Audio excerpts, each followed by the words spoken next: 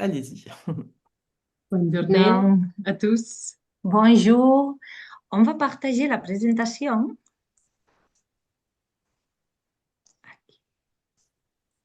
Oui, partout. Excusez.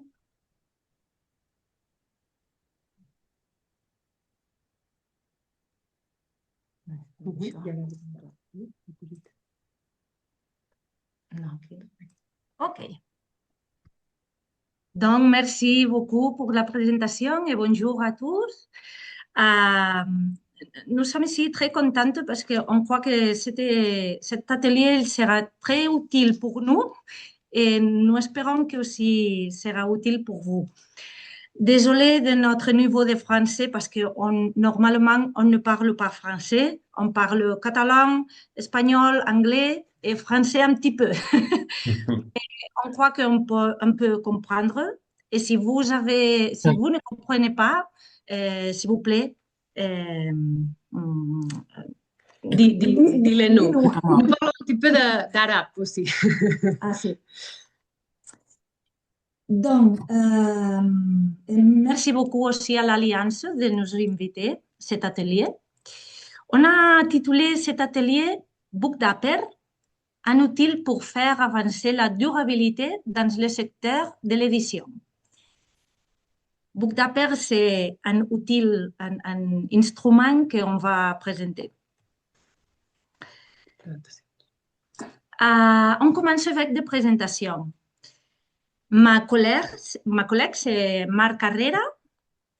Elle est Mhm. éditrice chez Éditorial Pollen Mhm. et elle est spécialiste en écoédition. Et moi, je suis Marta Fonolleda et je suis la directrice de l'Institut de l'écoédition. Bon, qu'est-ce que c'est l'Institut de l'écoédition? Nous sommes une coopérative pour la promotion, la certification et la fusion de la durabilité du secteur éditorial. Nous sommes 37 membres, dont beaucoup sont des maisons d'édition indépendantes, mais aussi des imprimeries et d'autres organisations.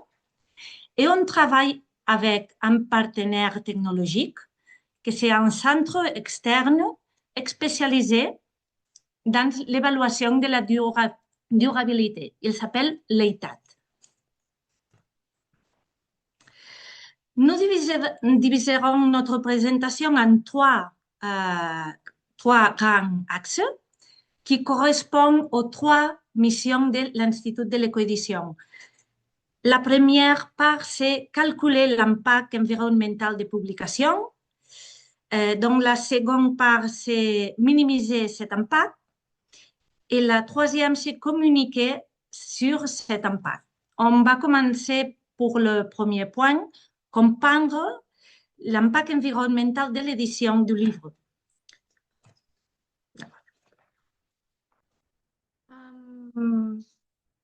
Pour calculer cet impact, notre partenaire technologique utilise une méthodologie d'analyse du cycle de vie standardisée. Cette méthodologie nous permet d'évaluer les impacts environnementaux d'un livre ou d'une revue au long de son cycle de vie, de l'extraction de matières premières jusqu'à la fin de sa vie. Vous pouvez trouver plus d'informations sur le site du projet Greening Books et aussi sur notre site web. Et pour se donner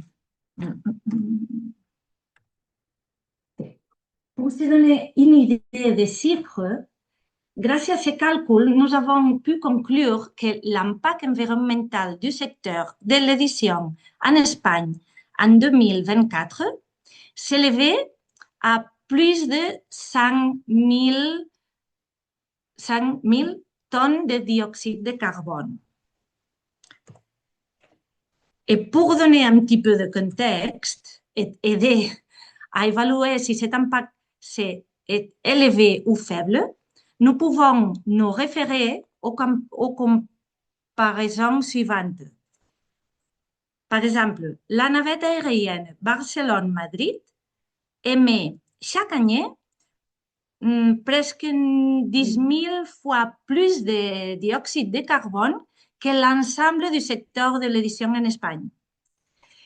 Et aussi, on peut dire qu'un appareil de lecture numérique, pour compenser le dioxyde de carbone d'un appareil de lecture numérique, on doit lire 33 livres de plus de 300 pages pendant 15 ans pour compenser l'impact. Donc, nous pouvons conclure que le secteur de l'édition a un faible impact environnemental, mais a un fort impact culturel. Même si l'impact environnemental est faible, il reste néanmoins des possibilités d'amélioration pour réduire. Et par conséquent, la deuxième mission de l'Institut est d'explorer les moyens de réduire cet impact environnemental. Nos études ont conclu que pour les publications imprimées en système offset, comme pour les publications imprimées en système digital, numérique, l'impact environnemental le plus élevé provient de matières premières, en particulier de papier, et de la distribution. Et en tenant en compte de cela, et en accord avec l'ensemble du secteur du livre, nous avons établi les 15 critères de l'éco-édition, qui sont ces 15 ici. Les 3 premiers critères sont les plus importants parce qu'ils sont liés aux impacts les plus élevés. Imprimer le livre à proximité de la zone de distribution, ça c'est l'impression locale, la production locale. Utiliser du papier certifié Forest Stewardship Council, ou même papier 100% recyclé. Calculer et communiquer l'impact écologique, ça c'est très important pour nous. Mais aussi, on a des autres critères très importants, par exemple l'éco-conception, comment on pense le livre, le design, la gestion des organisations, les résidus, l'énergie, l'eau, etc. On peut aussi choisir des encres et des toners selon leur risque. Par exemple, on peut choisir encre minérale ou encre végétale. On peut choisir aussi si on fait impression offset ou impression numérique, selon les tirages. Aussi, si on utilise des appareils électroniques ou pas. Aussi, l'utilisation des plaques, finition, emballage, tout ça, on peut prendre des décisions pour minimiser l'impact environnemental. Ajuster le tirage pour éviter de produire plus de livres et d'autres, non? Les sens de travail qui garantissent plus de durabilité de programmation, l'énergie durable. On peut utiliser aussi banque éthique ou des critères de bien-être, bien vivre, ou compenser les émissions de CO2, de dioxyde de carbone.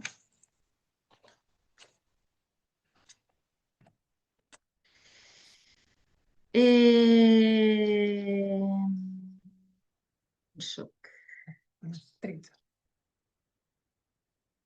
Lorsque ces critères sont appliqués, des économies environnementales significatives sont générées. Si l'on extrapolait ces données à l'ensemble du secteur de l'édition en Espagne, l'éco-édition pourrait contribuer à réduire plus de 33 000 tonnes de dioxyde de carbone, 18 000 tonnes de déchets, plus de 800 millions de mégajoules d'énergie et plus de 2 milliards de litres d'eau en une seule année. Alors, c'est pour ça pour nous, c'est très important d'avoir ces critères pour minimiser l'impact environnemental. La troisième mission de l'Institut, c'est de communiquer l'impact environnemental des publications. Et maintenant, je donne la parole à ma collègue, Mar. Merci beaucoup, Martha. Je suis aussi très heureuse d'être ici avec vous. Je continue avec le troisième objectif, de communiquer l'impact, mais aussi de communiquer l'épargne, non? Les économies réalisées grâce à l'application de bonnes pratiques d'éco-édition. Donc, je vous présenterai l'outil Bookdaper, un outil logiciel, un software pratique qui permet d'étudier comment publier nos livres de manière plus respectueuse de l'environnement et pour calculer ses impacts. Notre question, c'est en faisant de meilleurs choix comme éditrice et éditeur, nous pouvons réduire notre impact et aussi réduire aussi le budget. C'est une chose très importante dans le contexte mondial. Il s'agit d'un outil, comme Martha vous a expliqué très bien, qui a été développé dans le cadre d'un projet européen antérieur que nous avons fait à la première décade, 2010-2014, qui s'appelait Greening Books Life Plus, et que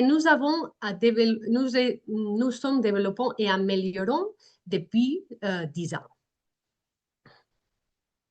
Les trois objectifs que nous avons expliqués, mais qui sont appelés aussi ici dans le Bookdaper, c'est calculer l'impact et les épargnes, prendre des décisions pour prendre de meilleures décisions et les communiquer dans notre livre. Ça, c'est une chose qu'aujourd'hui, tous les éditeurs indépendants de l'Alliance que vous dites, vous pouvez communiquer des données qui sont obtenues de l'utilisation de Bookdaper. Ça, c'est très important.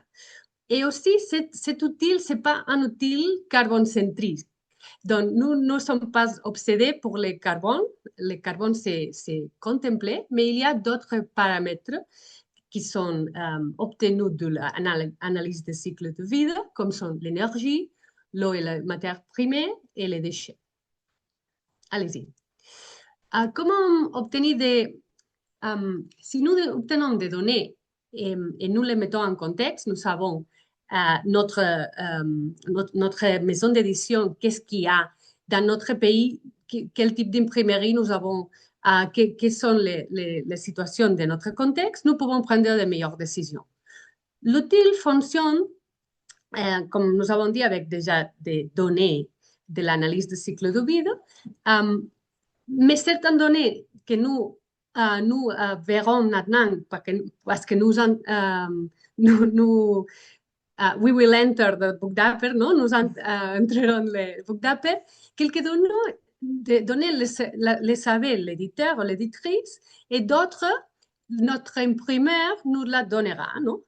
Par exemple, les formats de papier original qui entrent dans la machine. No? Ça, c'est un exemple. Ou des choses comme ça, c'est l'imprimeur qui nous la fournira. Avant de présenter l'outil, d'entrer dans le software, je vous rappelle les 15 critères que Martha Fonolleda nous a présentés et je vous propose 3 petits exercices que nous ferons maintenant d'accord avec 3 critères. Le premier, c'est une production locale.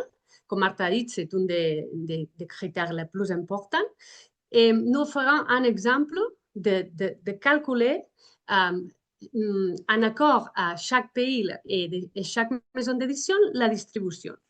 Nous verrons cet exemple. Après, nous ferons notre exercice avec les critères du papier, type du papier, recyclé ou non.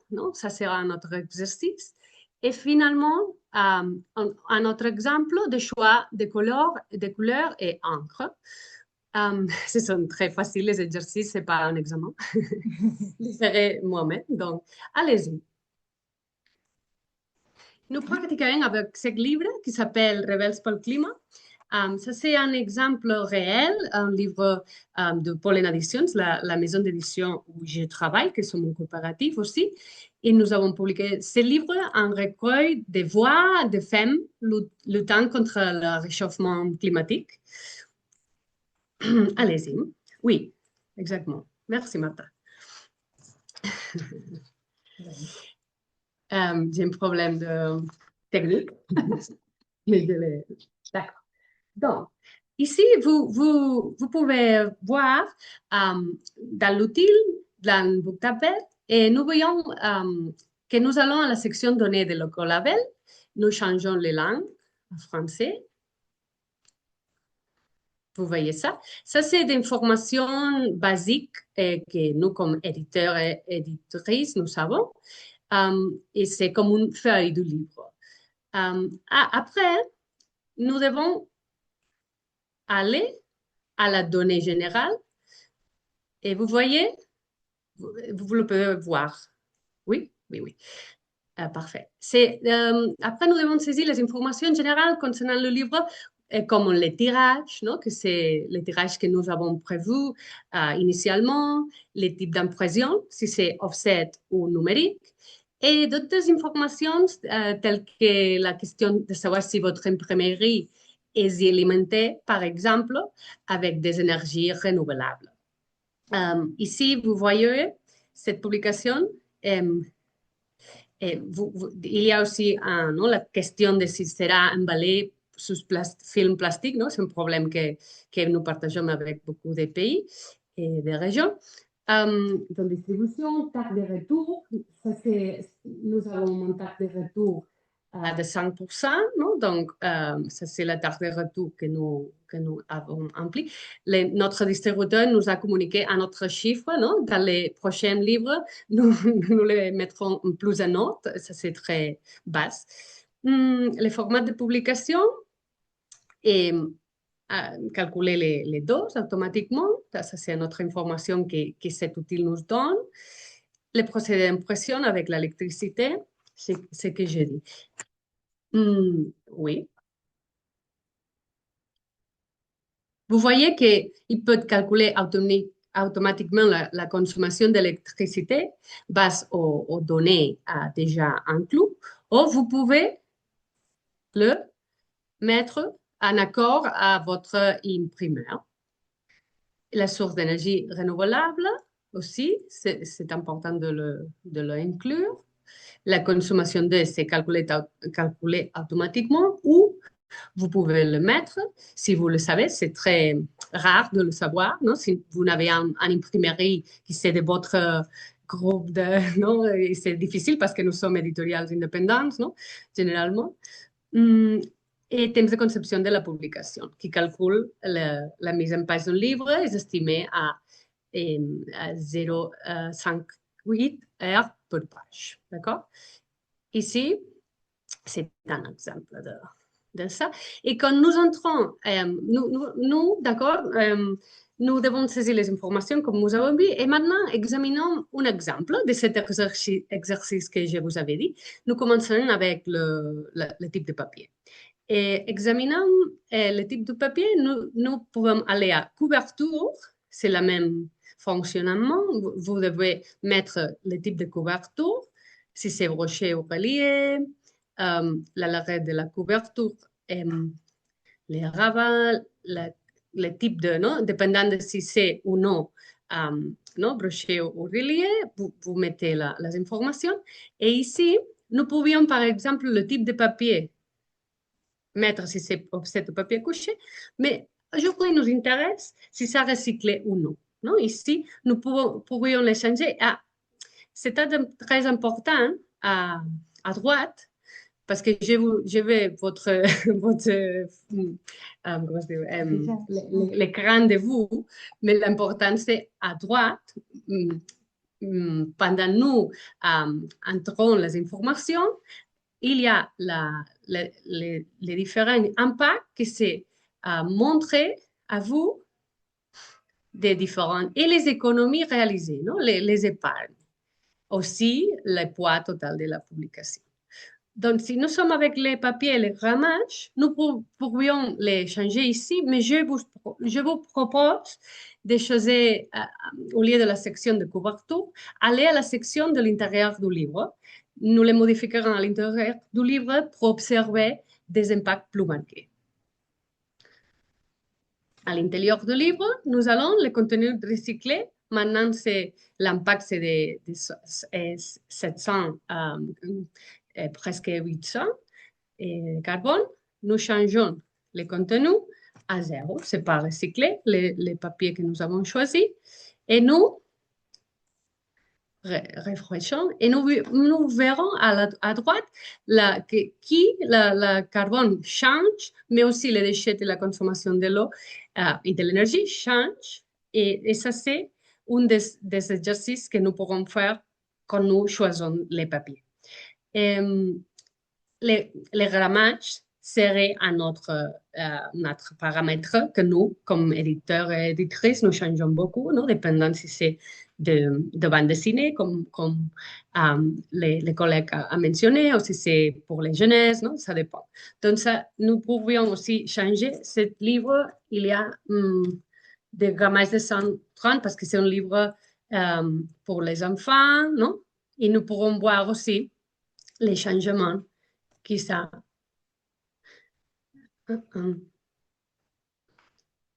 Désolée, j'ai sauté. Je ne suis pas un personnage technologique, comme vous voyez. Et nous avons vu un changement et les impacts. Ça, c'est un exemple. Et imaginez que vous vouliez expliquer à votre lecteur, lectrice, qu'un choisissant un grammage plutôt qu'un autre, ou un choisissant de recycler ou pas, vous avez économisé, vous avez épargné des grammes de carbone ou des autres paramètres. Actuellement, vous pourriez sélectionner ces informations et les mettre dans votre livre pour les montrer avec votre layout, votre style, non, cette information. Ça, c'est une façon pour nous, non, de conscientiser, non, les lecteurs. Et aussi, c'est une chose possible de faire avec la book d'appel. Ça, c'est le premier exemple. Quelques questions jusqu'ici? Avec cet exemple ou les books d'appel en général, je ferai plus d'exemples. Hein, non? D'accord. Nous examinons maintenant l'exemple des encres dans la section de l'intérieur du livre aussi, parce que c'est plus de pages. Non? Imaginez que, tant qu'éditeur et éditrice, nous hésitions entre imprimer en quadrichromie, non?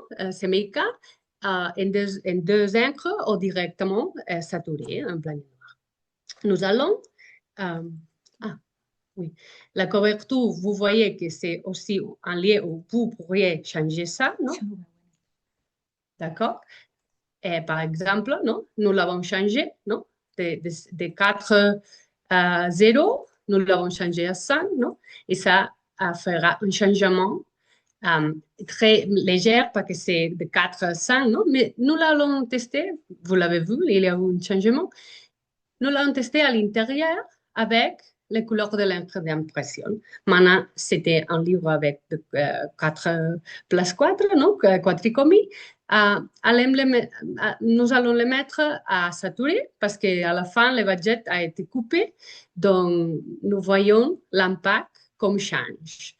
Et ici, c'est important d'observer une autre fois les impacts, mais aussi les économies réalisées ou épargnées.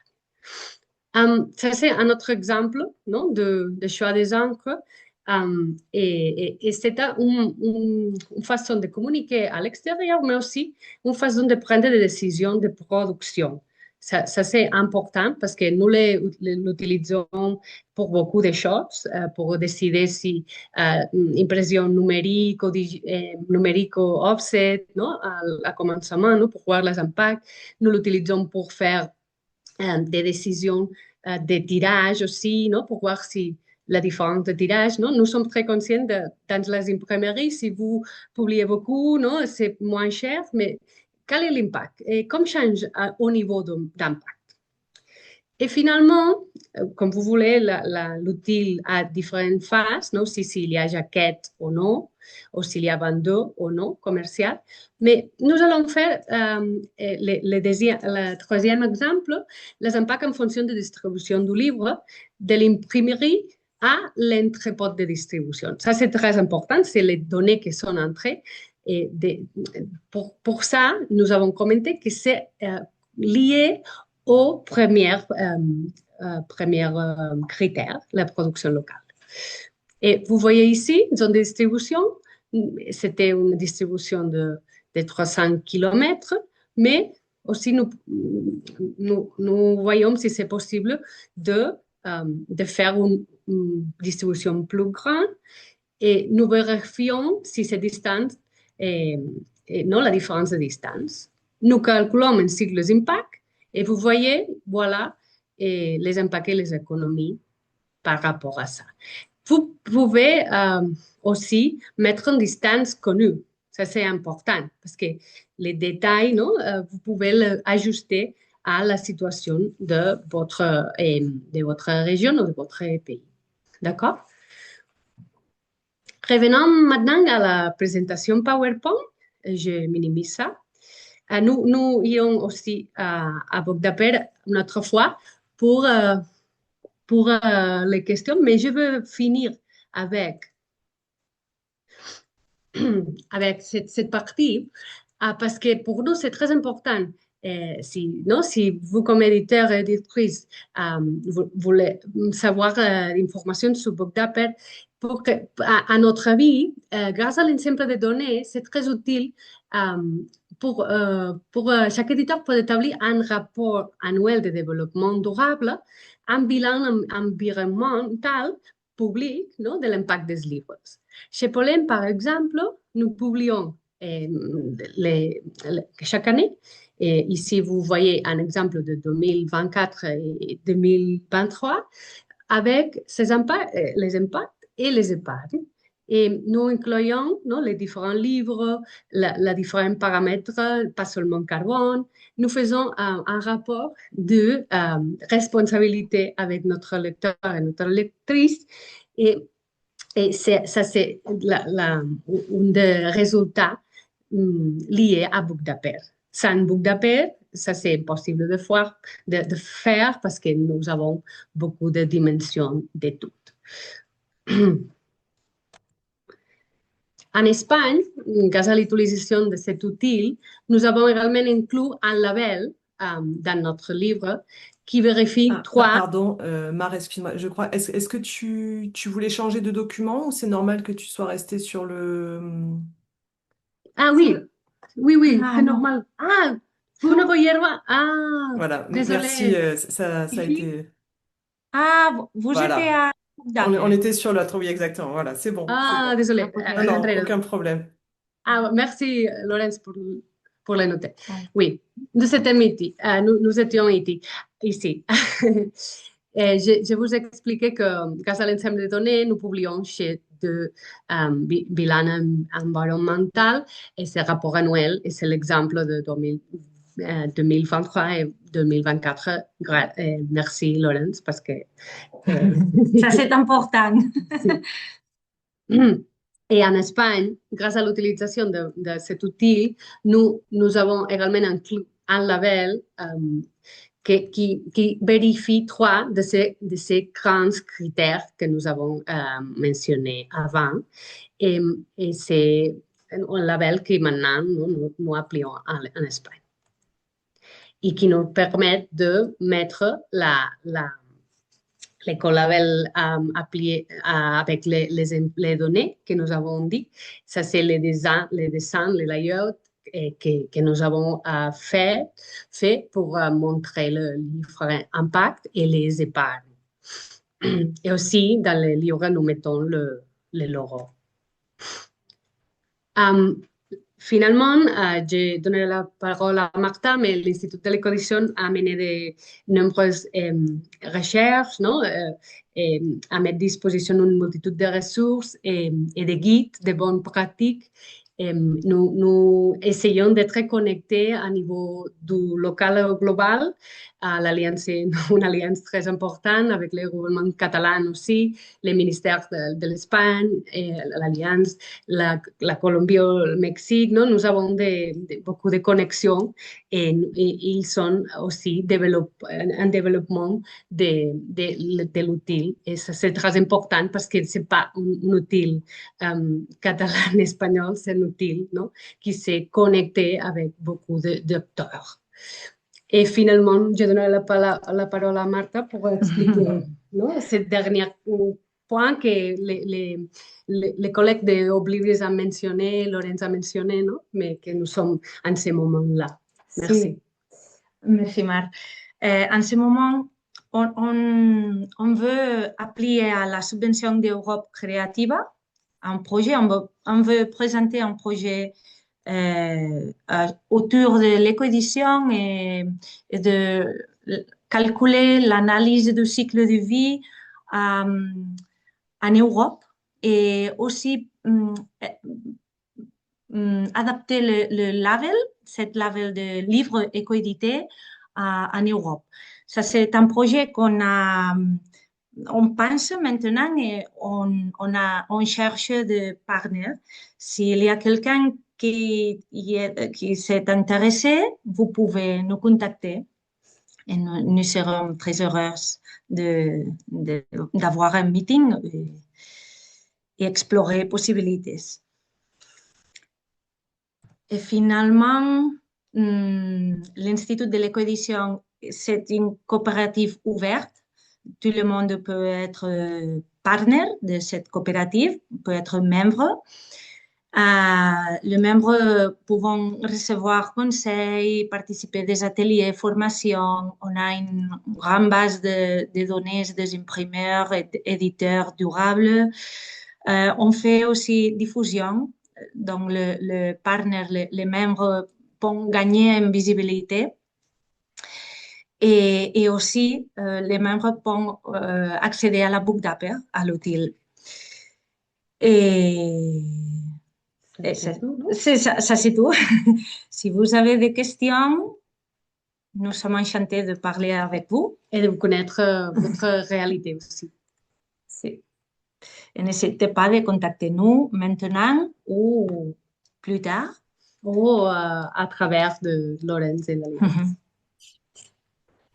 Moi, laisser de compartir, non? De partager. J'avais 3 petites questions. La première, donc, d'abord, bravo pour l'outil. C'est formidable de voir ça. La première question, c'était, donc, vous vous arrêtez à la porte du distributeur. Parce que j'ai pas bien compris, en fait, quand on parle de zone de distribution à plus ou moins 300 km, etc. Est-ce qu'on parle du trajet entre l'imprimeur et les dépôts du distributeur ou est-ce qu'on parle de ce qui se passe après? Voilà, c'était un peu ma première question. Sí, ça c'est important. Merci pour votre question. On a calculé avec notre partenaire technologique, l'EITAD, on a calculé l'analyse des cycles de vie de tous les procès. Mais dans la Book Dapper, on a évalué seulement la première phase de distribution. Et on entend que c'est de l'imprimerie à le dépôt. Parce que la seconde phase, c'est très complexe. Peut-être c'est une question qu'on peut améliorer. Maintenant, avec un nouveau projet, on peut améliorer ça. Mais maintenant, on arrête ici. Vous l'avez bien compris, Pat. Oui. Oui, non, mais c'était parce que c'est vrai que c'est un point qui me semble capital, c'est qu'est-ce qui se passe après quand les bouquins sont dans des camions. C'est très complexe, c'est une complexité très élevée. On a les données, on a calculé ça, mais on doit faire l'adaptation. D'accord. En tout cas, bravo. Enfin, c'est quand même assez époustouflant de voir ce que vous avez déjà fait. Ma deuxième question portait sur le côté déclaratif de tout ça. C'est-à-dire qu'est-ce que vous avez prévu, par exemple, d'avoir à terme une espèce de banque de données d'imprimeurs et de dire, par exemple, sur le principe, je voudrais imprimer ce livre dans telle imprimerie et là, toutes les informations sont déjà pré-remplies. On sait que telle imprimerie, elle est dans tel endroit, qu'elle a tel parc machine, qu'elle a tel bilan, qu'elle recycle ses chutes de papier ou pas, etc. Voilà. Est-ce que c'est quelque chose que vous avez prévu? Même question pour les papetiers, en fait. Pour les?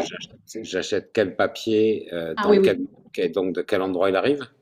Parce que ça Mhm. aussi, pour moi, c'est une question qui est un peu centrale.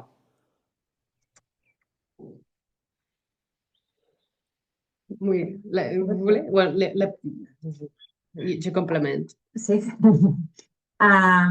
Sí, on a des membres qui sont imprimerie et éditoriale. Et on connaît, surtout dans notre contexte, la Catalogne, on a beaucoup de relations avec des imprimeries avec une conception de durabilité très importante.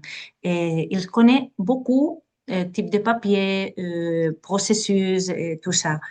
Et on fait ces travaux aussi avec lui. On peut recommander, on peut faire des formations, etc., avec surtout des imprimeries en Catalogne. Et sí, en Espagne, Pays Basque, sí, un petit peu. Pays Basque, aussi Valencia, surtout ici. ¿Vos decís algo más? Oui, mais les données incluent maintenant dans le book d'affaires, c'est les données du projet Greening Books, les projets européens que nous avons fait avec coordination d'une imprimerie à Barcelone qui s'appelait Altinte. Et c'est vrai que c'est prévu d'amplifier la façon d'obtenir des données. L'idée d'une banque de données d'imprimerie serait fantastique. Nous pensons que c'est important de promouvoir, non, les dialogues avec les acteurs, non, de tout l'écosystème du livre et ça c'est prévu, non, d'introduire des mécanismes de gouvernance aussi en ce monde que c'est un petit peu opaque. Souvent, c'est pas en France comme fonctionne, au Maroc, ou autres pays, non? Mais dans l'Espagne, c'est un monde très industriel, non? Que c'est plus difficile d'obtenir des informations. Nous annotons cette idée, mais c'est prévu d'amplifier les chaînes, the channels to obtain D'accord. les données. Oui, parce que je vous pose la question parce que pour moi, il y a quand même un aspect dans tout ça qui est quand même compliqué pour nous, on va dire petits éditeurs indépendants. Enfin, moi, avant, je travaillais dans la presse, on achetait notre papier, donc on traitait avec les papetiers, puis après, on traitait avec les imprimeurs. Mais parce qu'on avait des gros volumes de papier. Depuis que je suis dans l'édition, les volumes sont tellement minimes de papier qu'on traite avec les imprimeurs qui eux-mêmes traitent avec les papetiers. Euh, et donc, je me dis qu'il y a quelque chose à faire avec les papetiers. Parce que c'est une question importante. On peut imprimer chez un imprimeur qui est à 25 km de chez soi, mais dont le papier a fait 3 fois le tour du monde avant d'arriver à l'imprimerie. Et donc, pour moi, ça, c'est une dimension. Bon, après, la question de la distribution, c'est encore, c'est autre chose, et je suis complètement d'accord avec vous, c'est beaucoup, beaucoup plus complexe, mais ne serait-ce que la question du papier, c'est compliqué pour des éditeurs indépendants qui travaillent sur des faibles volumes, surtout dans la mesure où ils travaillent de manière isolée, donc qui font leurs commandes chez un imprimeur qui lui-même essaie de faire des groupages chez un papetier mais qui n'a pas beaucoup de poids, etc. Donc c'est une question qui me paraît fondamentale. C'est aussi quel papier on utilise, d'où il arrive, comment il arrive, etc., quoi. Pour respecter les autres, désolé, nous continuons, mais s'il y a une autre question, Marie-Michel, pour Oui, le temps. merci. Oui, bravo pour le travail réalisé. Et En fait, moi, ça m'intéresse beaucoup parce qu'effectivement, on n'a pas vraiment réfléchi sur l'impact environnemental de nos publications. Je me suis demandé si c'est possible d'avoir ce tableau qu'il faut remplir, parce que moi, j'aimerais bien étudier effectivement notre cas, parce que donc Madagascar est une île, tous les intrants pour fabriquer le livre sont importés de l'extérieur. Notre imprimerie est certifiée ISO, euh, utilise du papier FSC, mais importé de Norvège. Donc, j'aimerais bien vraiment étudier la question, qu'est-ce que ça a comme impact, même si on ne publie pas beaucoup, mais ce serait vraiment intéressant de voir ça et de, de publier aussi l'étude par après dans notre pays pour commencer à conscientiser les gens sur cet impact, parce que j'ai participé une manifestation à Strasbourg l'année dernière sur l'écologie du livre et j'ai vu vraiment l'impact dans le monde sur euh, la fabrication de livres et j'aimerais bien aussi étudier notre cas. Merci. Peut-être juste, je me permets de répondre à Marie-Michel, et vous compléterez bien sûr Martha et Mar, mais c'est ce qu'on proposait Marie-Michel, là, c'est que l'Alliance en tant qu'association s'abonne en fait à l'outil pour que ensuite vous, membres de l'association, vous puissiez l'utiliser, le tester en fait. C'est vraiment la démarche là et que justement chacun vous puissiez faire vos tests chez vous avec l'outil. Hein, c'était vraiment la démarche là, entreprise à travers ces ateliers-là notamment. Donc ça, on reviendra vers vous, mais voilà, sachant que je me permets, après je donne la parole aux autres, qui a évidemment, et on l'avait mentionné sur l'atelier précédent, où les éditeurs étaient très peu européens, comme c'est aussi le cas ici, donc il y en avait de Turquie, voilà, vraiment de pays très variés, où évidemment il y a des questions d'adaptation à faire de l'outil qui sera à imaginer, puisque là c'est un outil qui a été développé dans un contexte espagnol, donc tout à fait conscient que cet outil n'est pas forcément l'outil absolument adapté pour un contexte malgache ou autre, évidemment. Hein. Mais c'est déjà une première manière de visualiser, de voir les choses, en effet. Oui. Aline, j'ai vu que tu as levé la main, mais je vois que dans le chat, il y a plusieurs questions qui précédaient ton levage de main. Donc, on va d'abord sur les questions dans le chat.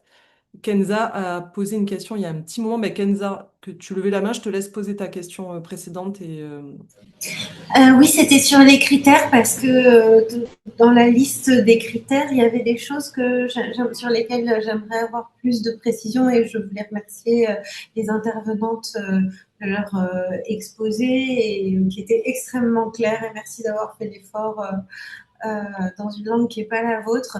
Qu'est-ce que vous voulez dire par licence de travail, banque éthique, bien vivre, compensation selon des critères? Voilà, parce qu'il me semble que là, on est vraiment dans l'écosystème très large du livre. Est-ce que vous pourriez donner des exemples pour que ça soit plus clair? Oui. Merci. Merci Kenza. Et nous avons rencontré à Barcelone. C'est très, très joli de te voir, de vous voir. J'oublie les vous. Donc, oui, c'est vrai, c'est une liste avec des expressions simplifiées, non, ne se comprennent. Les licences, non, les licences, Martha l'a expliqué très bien, mais c'est l'idée d'utiliser des Creative Commons licences, non, et avec des spécificités, non, indépendantes de l'intention de l'éditrice, non, mais ça, c'est une façon d'optimiser le travail déjà publié, non, c'est une question de durabilité de l'œuvre parce que une autre personne ou collectif ou entreprise le publiera aussi. Non? C'est une chose plus de philosophique, non? Mais concrète, basée aux licences Creative Commons, il y a copyleft, d'autres licences, non? Mais ça, nous utilisons spécifiquement de licences Creative Commons. L'énergie, c'est l'énergie renouvelable surtout, non? Et l'information des imprimeries, non? Les informations de processus que nous avons, non? De co-conception, etc., etc. Euh, les banques éthiques, c'est d'avoir comme organisation un banque éthique, ou ça c'est un oxymoron, non? Mais d'organisation les plus éthiques possible. Euh, le bien vivre, c'est le bien vivre dans les travailleurs, non? D'avoir non? Un régime, un règlement, non? Le plus éthique possible, non? Following the Buen Vivir Movement, non? Qui c'est de l'Amérique latine, qui s'est conçu là-bas.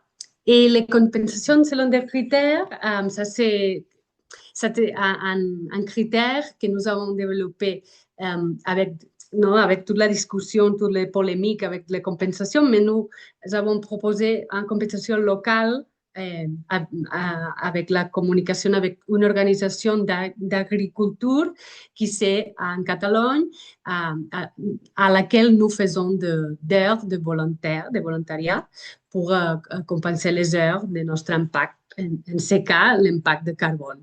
Mais ça, c'est une proposte. Ce sont ces critères que vous avez mentionnés, Kenza, sont surtout à partir de 12, non? Le plus philosophique, non? Que nous pensons que les conditions, comme à chaque pays, à chaque région, c'est une chose que c'est un dialogue, non? Avec les caractéristiques, non? Et les mouvements et non, la situation de chaque région. Vous voulez ajouter quelque chose? Non, seulement pour complémenter, c'est ça qu'expliquait Mar. On entend que l'éco-édition, c'est une manière de faire les choses mieux, de publier d'une forme plus durable. Non? On a 15 critères, mais on comprend qu'il peut y avoir plus manières de faire un livre écologique ou plus écologique. Non? On a trouvé ces 15 critères parce qu'on a fait un processus de consensus avec toute la chaîne de valeur du livre.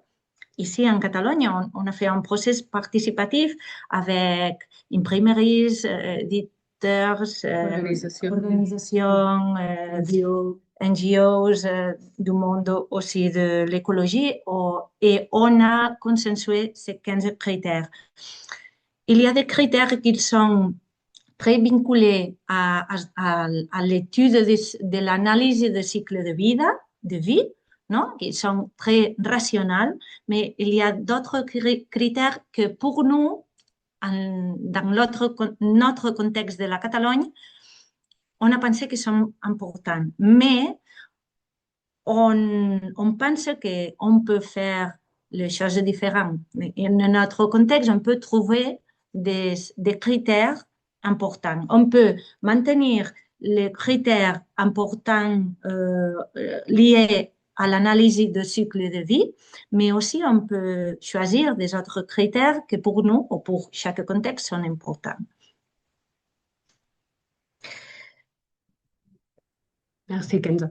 Merci. Et pardon avant de lire les autres questions, vu que c'est lié à ça, Müge, qui est une éditrice turque qui était là à l'atelier précédent, entre-temps m'a écrit justement pour me demander si vous prévoyez d'intégrer dans vos critères, mais vous avez à peu près répondu à la question, des enjeux sociaux, notamment la sécurité des travailleurs, etc. Parce qu'elle trouverait que dans le contexte turc, par exemple, ce serait quelque chose d'intéressant. Je ne sais pas si c'est prévu aussi, voilà, tous ces enjeux sociétaux en fait liés aux conditions de travail aussi des personnes, quoi. Si, ça peut être dans les critères 14, le bien vivre. Le bien vivre, oui. Mais peut-être dans notre contexte, il peut développer un petit plus. Oui. Ou reformuler les critères avec la visibilisation, non, de conditions laborales, que c'est plus clair. Et ça, c'est un propos, non? La bien vivre, c'est une proposition de le combattre. Non? Oui. Merci beaucoup. Alors, peut-être qu'on peut arrêter le partage d'écran, au moins on se voit Oui. mieux. Et alors, autre question que Malam, est-ce que tu veux poser ta question directement?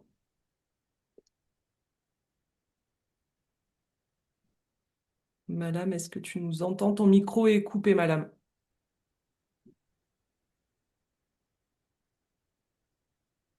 Malam, ton micro est coupé. Alors, en attendant peut-être de régler le problème, Habib, tu avais une question de ton côté. Ah, Maintenant, merci beaucoup. ah oui, voilà, ça y est, on Oui, t'entend. On t'entend, c'est bon. vous m'entendez? Oui, c'est bon. Oui, oui. Voilà, merci beaucoup. J'ai dit, l'outil, si je regarde l'outil, il est très moderne. Pour moi, ça ne prend pas en compte les machines de l'imprimerie. Imaginez que je dois faire un livre pour enfants avec 170 grammes couchés et qui a à peu près 78 pages et que je dois faire 1000 exemplaires et j'ai une machine qui a une seule couleur.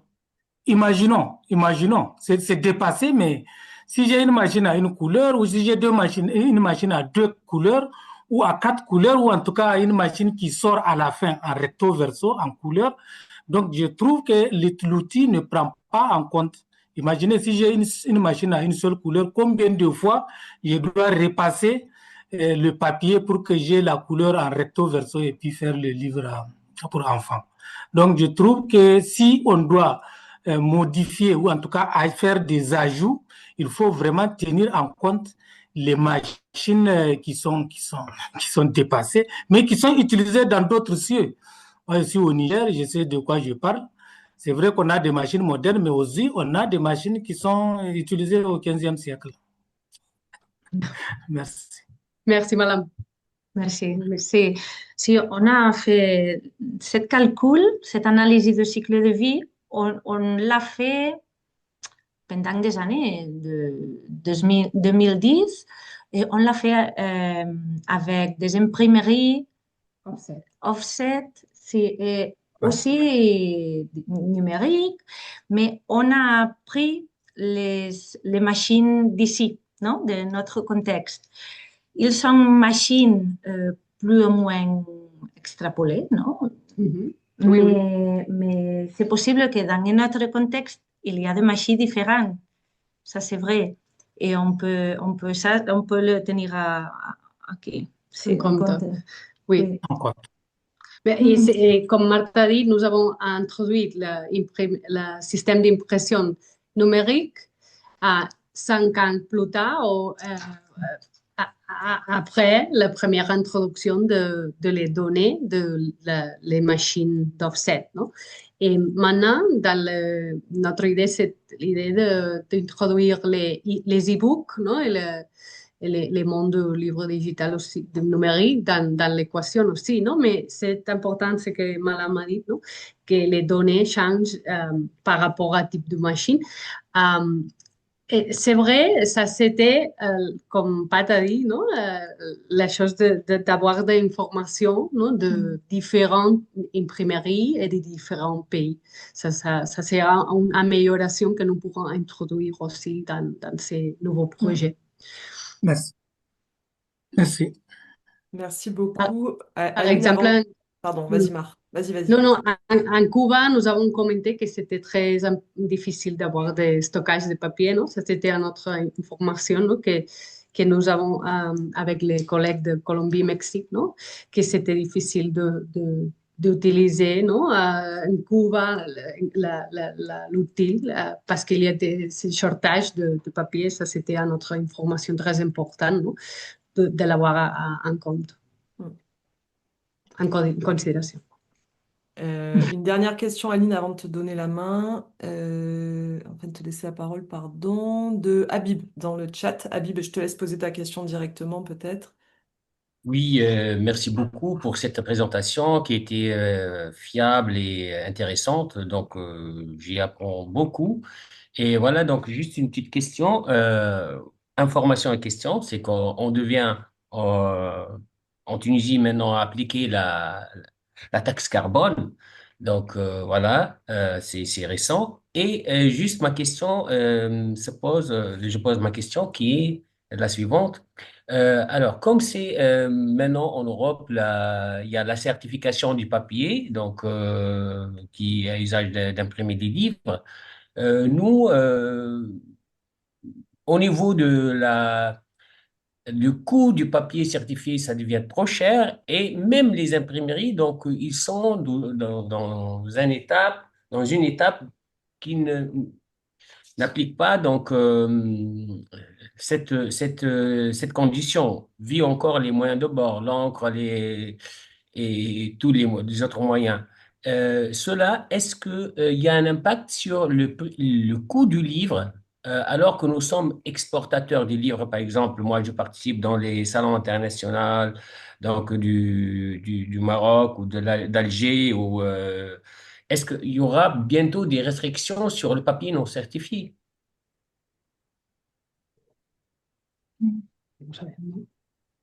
Il y aura restricción, pero no. C'est une bonne question, Habib. Shukran Merci. pour la question. Sí. Il y aura des restrictions quand la normative EUDR, Sí, EUDR Non, de non, non, Forex. c'est FSC. Ah, sí, la certificación FSC. Oui. Sí. Donc, la question est s'il y aura des restrictions. D'entrée, d'import. Ouais. No, yo no sé pas, je ne le sais pas. S'il y aura des restriccions à l'importation de papier non certifié en Tunis. En Tunisie. Je ne sais pas. Nous ne savons pas. Nous savons c'est ce qui se passe avec les déforestations EUDR Reglementation, no? Que c'est À l'Europe. En Europe. Nous savons c'est ce qui se passe avec la situation no, de FSC, l'importance de la certification, que c'est un des critères que nous avons, bien que les 100% recyclats, no? Les papiers 100% recyclats, non certifiés, c'est aussi dans l'équation maintenant. Mais nous ne savons pas la restriction d'import sur les papiers non certifiés. Maintenant, non? Non. Nous ne savons pas. Merci. Merci, Habib, pour la question. Sí, pour nous, seulement clarifier ça autour de critères. Donc, pour nous, c'est important de choisir le papier. Non? Pour nous, c'est important de choisir papier recyclé ou avec une certification. Parce que on connaît que le papier a le plus grand impact environnemental du livre. Non? Le papier et la distribution. Donc, le papier, c'est important. Et quel choix on peut faire? Le type de papier, la certification et le recyclage, le pourcentage de recyclage.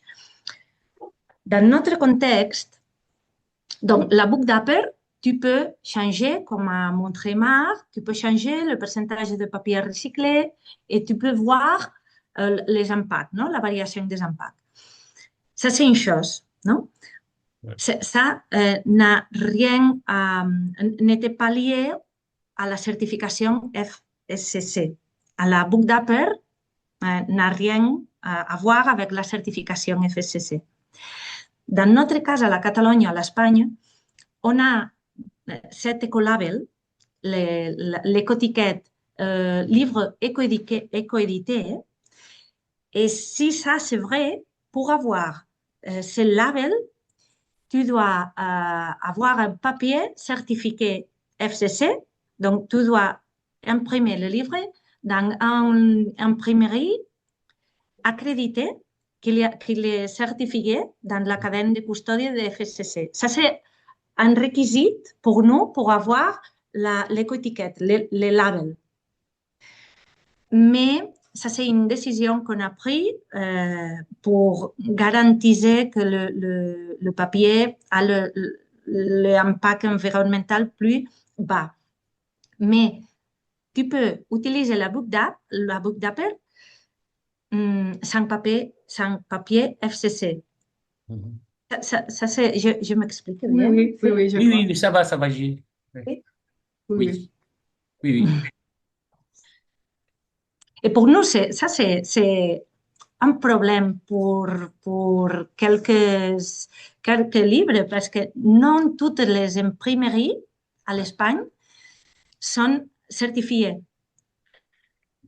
Mais juste une petite question, s'il vous plaît, Martha. Quelle est la différence dans le prix de vente public ou le coût de Ah, fabrication entre une imprimerie avec le label, donc, et une imprimerie sans le label? Les labels de FCC? Oh, sí, Oui, le label de FSC, non? merci. Ça, c'est les cost, comment le c'est, coût, cost, le coût, le coût le coût. de l'FSC, dans notre contexte, le coût, c'est pour l'imprimerie. Ça, c'est un service que l'imprimerie offre à ses clients. Mhm. Mais normalement, si tu veux imprimer un livre dans une imprimerie avec de la certification, ce n'est pas plus cher. C'est un cost pour l'imprimerie, mais normalement, l'imprimerie comment je dis ça? Accepte. Hein? Internalise. Si, c'est un cost pour lui et ils vont avoir Internalisé. plus de clients. Ah oui, c'est une façon commerciale Si. d'atteindre plus de clients. Merci. Et les prix de papier certifié 100% recyclé, c'est un petit peu plus cher que les certifiés ici. Maintenant, comme éditrice, qui je travaille avec mon imprimerie, je vois ça. Mais c'est une différence petite. Les 100% recyclés et certifiés. Nous seulement travaillons avec des papiers certifiés chez Paul. Merci. C'est vrai que par l'imprimerie, c'est un coût, c'est important, hein? Ils ont payé. Ouais. Merci beaucoup, merci. Merci beaucoup. Aline? Oui, alors d'abord, merci beaucoup à la fois pour cette présentation, puis pour cet outil qui est un peu l'outil dont on rêve ici depuis longtemps. Voilà, j'avais une question sur le pilon, puisque nous, on avait mené une étude il y a déjà en 2017 qui date un petit peu sur l'impact de la filière du livre noir, et on voit que le pilon est quand même le pôle le plus redoutable sur l'impact, puisqu'il y a presque 30% de la production du livre noir qui est destinée à être détruite en France. Après, je sais que chaque contexte est très différent, hein. Il n'y a pas de pilon du tout dans certains pays, mais voilà, dans nos pays, plutôt. Désolée, qu'est-ce que bilan veut dire? Le pilon, c'est la destruction des livres. Ah oui, Voilà. oui, oui, oui. Merci. Et donc j'avais une question là-dessus parce que je ne l'ai pas vu apparaître. Je vois apparaître le taux de retour, mais le retour, tout n'est pas forcément pilonné dans le taux de retour, dans les livres retournés. Et j'avais une question aussi sur le label. Est-ce que il est attribué, enfin, quel niveau faut-il atteindre pour que le label soit accordé? Les processus d'avoir le label. À quel niveau? Dans Bogdaper, quel est les steps pour obtenir l'étiquette? Non, nous n'avons pas montré ça, non? Ça, c'est vrai. C'est l'autre section. Vérification, vous mettez les budgets de l'imprimerie avec l'information de s'il y a papier FSC certifié. Non, c'est l'autre section. Et de là, vous download de l'étiquette. Ça, c'est l'autre section que nous avons montré dans les télés anglophones, mais nous ne l'avons pas montré ici. Mais c'est le suivant, la section suivante. Très bien, super, merci. Et c'est un jour. Une toute dernière remarque sur la question que Patrick, tu soulevais du dialogue avec les papetiers. Lorsqu'on a mené cette étude en 2017, on s'est heurté vraiment à un mur du côté des papetiers qui notamment ont brandi le secret industriel pour pas révéler à quel point la pâte à papier pouvait circuler avant d'être transformée. Enfin voilà, alors ça a peut-être un peu bougé depuis, mais c'était difficile d'obtenir des informations du côté des papetiers. Voilà. Absolument d'accord. On a un groupe de travail parce qu'on a toujours on pensait les critères et pensait à repenser les critères. On a un groupe de travail pour améliorer les critères, un groupe stable, et on veut mettre un papetier dans le groupe de travail. Ça, c'est une idée pour 2026, 26, mais encore, on n'a pas commencé. Mais c'est une part importante d'avoir chez nous pour pouvoir parler avec lui. Oui. Et les pylônes, que j'ai mémorisé ces mots, merci. Le thème de les pylônes masculins ou féminins? Masculin, le pilon. Masculin, les pylônes. Comme nous, nous travaillons la phase de distribution non, de l'entrepôt dehors, non? C'est un phénomène que nous devons introduire dans les données parce que c'est dramatique aussi en Espagne, spécialement pour les grands groupes éditoriaux, pas avec les éditeurs indépendants. Comme Patadi avec non, les papiers que nous demandons et les pylônes que nous générons. Non? Ça, c'est très commun, je crois, avec tous les pays que nous sommes ici. Merci, Aline. Est-ce qu'il y a d'autres questions, remarques, témoignages? N'hésitez pas. Kenza, oui. Oui, j'avais été très marquée par la présentation à laquelle j'avais assisté à Littéral Pro. Alors après, moi, je suis rentrée au Maroc et je suis allée voir mon imprimerie à Casablanca et je leur ai posé la question. Donc, on réalise aussi l'importance de la sensibilisation et le poids des rapports de force parce que typiquement, bon, moi, j'emprunte sur un papier FSC, je crois qu'il est importé d'Italie. Donc ça va, c'est pas très très loin. Mais il me semble que quand j'ai posé la question pour les encres, on m'a pas parlé d'encre minérale. Ils m'ont dit, mais Kenza, les autres encres, c'est pour les gâteaux. Et j'ai l'impression qu'il n'y avait pas vraiment, ils étaient en position de force et pas particulièrement sensibilisés à ces questions. J'ai l'impression que mon imprimerie fait plus attention à l'arbitrage entre ce qu'elle importe pour le livre et ce qu'elle importe pour les travaux de communication parce que c'est pas la même taxation. Le livre au Maroc est exonéré de TVA. Et donc, je pense que tant qu'il n'y a pas une harmonisation fiscale, ça rend très complexe finalement la sensibilisation sur l'industrie du livre parce que le calcul est tellement compliqué sur les coûts que voilà, j'ai pas eu l'impression, disons, d'un intérêt particulier. Peut-être que Nadia et Leïla pourront compléter avec leurs expériences, mais je serais curieuse de savoir quelles discussions vous avez pu avoir déjà. Merci pour le partager. Nous avons reçu des réponses comme ça, non? Non, encre, pas. Non, c'est pas relevant, non. Mais non, comme nous sommes des éditeurs et éditrices insistants, non? À la fin, il y a des informations, non? Et ça, c'est notre devoir ou responsabilité. Merci, Kenza. Alors, je vois que Anne a levé la main. Après, Nadia ou Leïla, si vous voulez rebondir ensuite sur ce que disait Kenza, vous n'hésitez pas, bien sûr. Anne, on t'écoute. Oui, alors moi, c'est une question qui concerne une des informations que vous avez données au début, et je suis pas sûre d'avoir compris, c'est sur le numérique. Vous dites qu'un appareil de lecture 33 livres de 360 pages, il faudrait lire 33 livres de 360 pages. Appareil de lecture. Qu'est-ce que ça veut dire? C'est-à-dire qu'il suffit, enfin que je peux garder un appareil pendant 15 ans et si j'en lis 33 livres de 360 pages, ce sera compensé. Est-ce que donc ça veut dire que quand même l'impact du numérique est moins élevé que celui du papier? Plus élevé, oui. Oui, alors là, j'arrive pas trop à le comprendre. Oui, oui, oui. La conclusion, c'est ça, que Mm.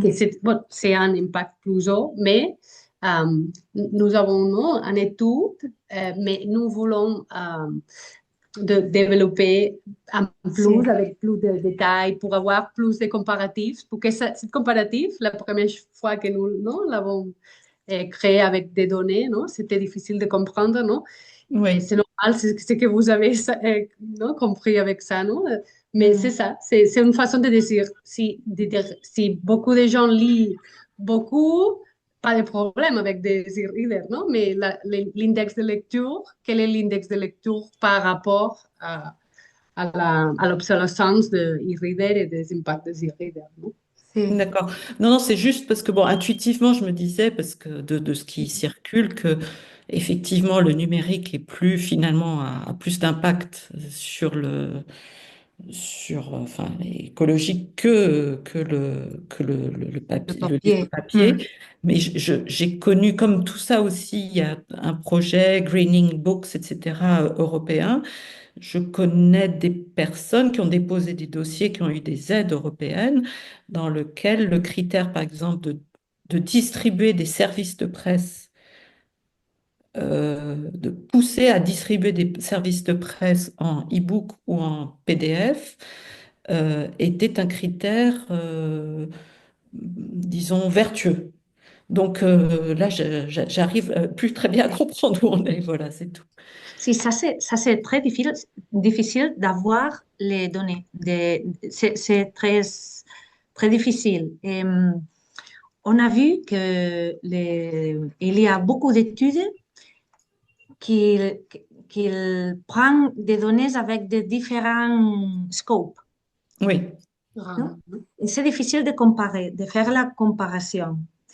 On croit que, on sait, on a la certeza que l'appareil électronique a un impact très élevé, très, très, très élevé, mais si tu utilises beaucoup cet appareil, tu peux compenser parce que tu peux, avec un appareil, tu peux lire beaucoup de livres, non? oui, Donc, tu peux compenser. Mais cette chiffre, c'est très, très élevé parce que on connaît des personnes qui lisent 33 livres en année. oui, Ça, c'est possible, mais on ne connaît pas un appareil électronique qui dure plus de 15 ans. oui, d'accord. Donc, ça, c'est quasi impossible de Oui, compenser les impacts. Ça, c'est avec les données qu'on a, les études qu'on a fait, qu'on doit maintenant actualiser parce que cette donnée change change beaucoup, non? Il y a oui. de nouveaux données, nouveaux variables.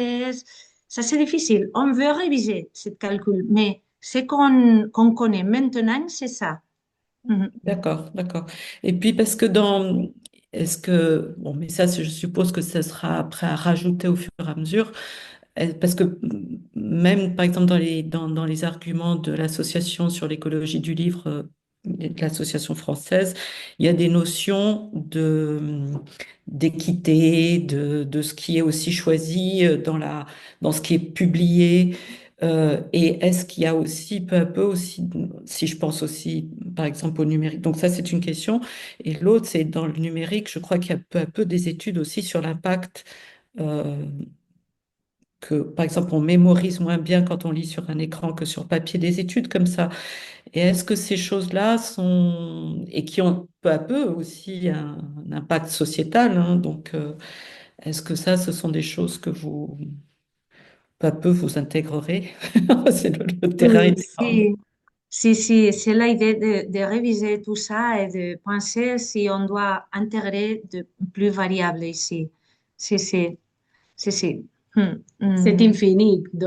Oui, Pourtant, parce que avec les paramètres aussi, non? Les paramètres Sí. de biodiversité ne sont pas inclus dans le booktaper à ce moment, non? Hmm. Notre oui, expert nous dit pourquoi nous pourrions introduire les critères de biodiversité, non? Hmm. oui. C'est infini, mais c'est vrai que les choses concernant la santé, nous devons la prendre en compte aussi. Oui, oui, Oui. absolument. Ok. Merci. À vous. Est-ce qu'il y a Non la sauté. des dernières questions ou remarques? N'hésitez pas. Non? Eh bien, écoutez, merci beaucoup, Martha et Mar, vraiment là pour cette présentation d'outils et de tout votre travail. Et puis pour les